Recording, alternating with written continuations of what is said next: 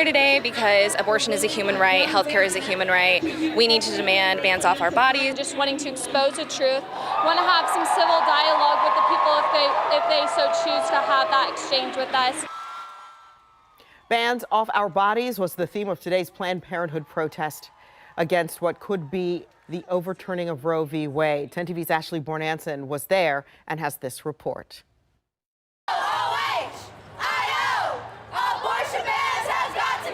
Hundreds of pro-choice activists filling the West Lawn of the Ohio Statehouse today, many getting emotional, sharing their stories, protesting the right to choose. Meanwhile, pro-life activists lining up behind them, expressing their views, all awaiting that final decision of whether or not Roe v.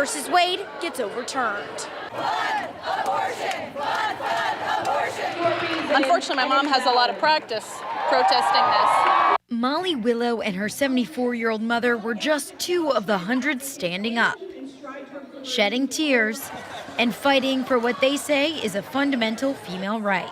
And when I was explaining this to my kids today, I was trying to keep it focused on I got to choose when to have you. So get angry and get ready, because this is just the beginning.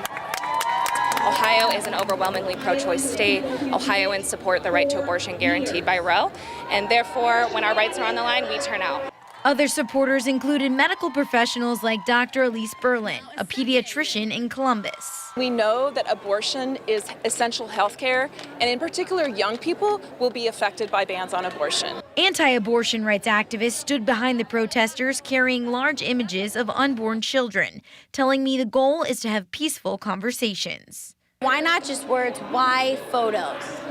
Because we know that these photos are the biggest piece of evidence we have against abortion. Yes, these photos are gruesome because abortion is gruesome. Lexi Hall of the External Affairs of the Anti-Abortion Organization says her group also aims to educate people with alternative resources like financial support and medical care. So we believe there's financial, emotional, medical help for women who are pregnant. We support centers that do that. We refer women. We've raised thousands of dollars for women. Both sides awaiting the Supreme Court decision, which could come mid to late June before the court's summer recess begins. Do you think this is going to bring people out to the polls more come fall? I hope so.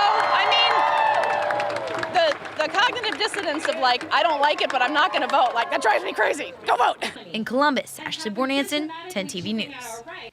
Several rallies also played out across the country. In New York, Senator Chuck Schumer showed his support for abortion rights. There he is in that picture there. Thousands of people crowded in a park in Los Angeles. We have this aerial view to share with you. Large crowds flooded the streets of Washington, D.C.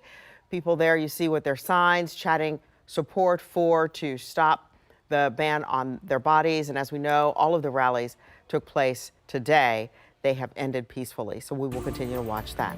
We'll be right back.